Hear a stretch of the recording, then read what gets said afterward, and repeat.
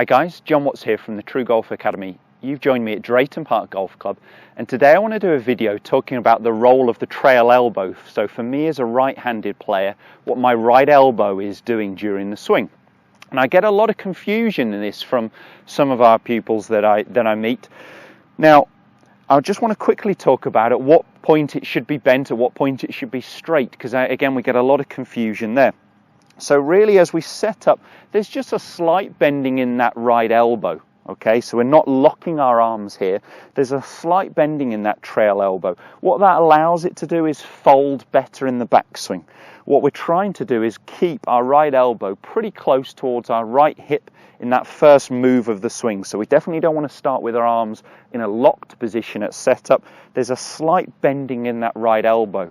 And actually all that happens is that bending in the right elbow increases as the elbow starts to be pointing downwards. Okay, so we're trying to get that right elbow to be pointing downwards at the top of the backswing.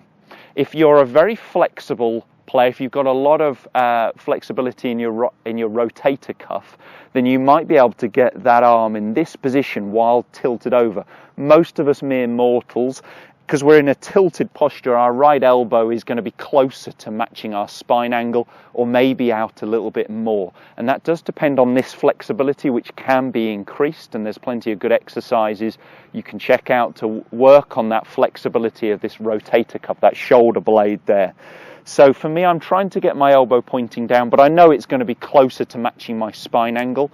If we could get our arm in this position straight while in a tilted postural position, we're actually going to be generating even more speed in the golf swing. So it is a great area to work on. A lot of guys end up too tight between their shoulder blades and end up with a lack of flexibility here in their rotator cuff, especially if you're building up your upper body but you neglect your upper spine, your upper back. Okay, so it's that right rotator cuff. So we're trying to allow that right elbow to bend. It's going to stay pretty close to the right hip. It's going to be pointing more downwards, okay, just towards the back of my heels at the top of the backswing. And we're actually trying to maintain that right elbow position all the way down. The right elbow won't be straight, the right arm won't be straight until about 2 foot after impact.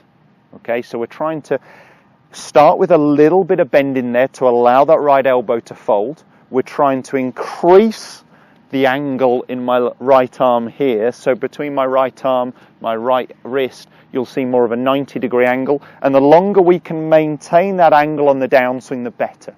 The more lag, the later the hit. You may have heard of the word compression on the golf ball. All those things are really being associated with what this right elbow's doing on the downswing for a right-handed player. So it delivers this in a position where even at impact we've still got a little bit of bend in that right arm. It actually doesn't finish straight or doesn't move to a straight position until just after impact. Okay, at which point it'll be the left elbow that will start to fold. So I've got a couple of exercises to work on a better right elbow position in your backswing and in your downswing. And I'm sure you'll have seen some of these before, but just grab another glove, do the Velcro up on it, just so it won't stick to your jumper, and just tuck it under your right arm.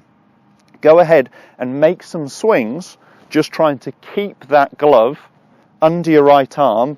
If it drops on the follow through as the right arm actually reaches straight.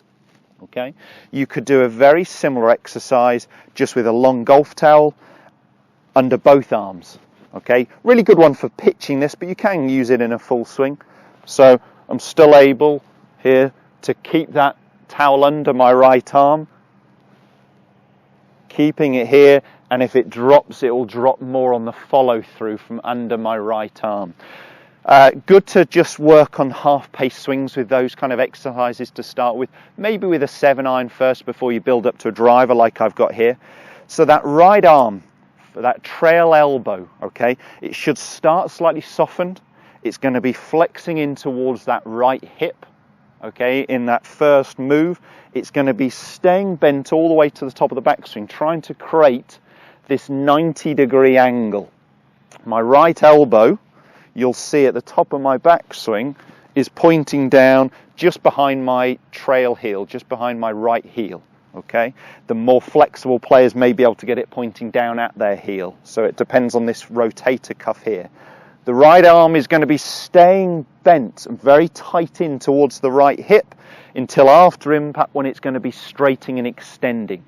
That is our key to a huge power source. What we see with a lot of amateurs is they get that right, they try and keep the right arm too straight maybe on the backswing. We get the right elbow flying, creating more of a chicken wing, has a big influence on the club face position. So when the right elbow is staying high, we'll tend to get a very closed club face as well.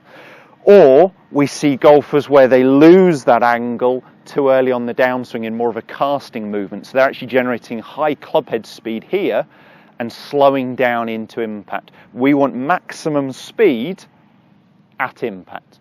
So after doing some of those exercises, I want you to go ahead and hit a few just with a little bit more feeling now of what that right elbow's trying to do. So I'm going to start with it just a little bit softened to allow my right elbow to bend.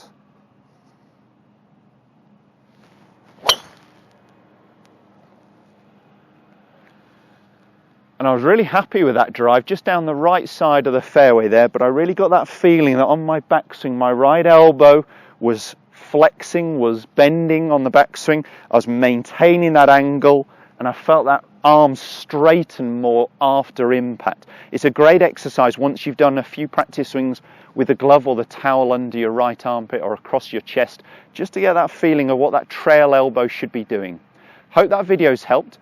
Give it a go with those exercises, and please post some comments and questions below on if that video helped you. If it did, please make sure you check out a lot of our other content that's now coming every Monday, Wednesday and Friday. Thanks guys.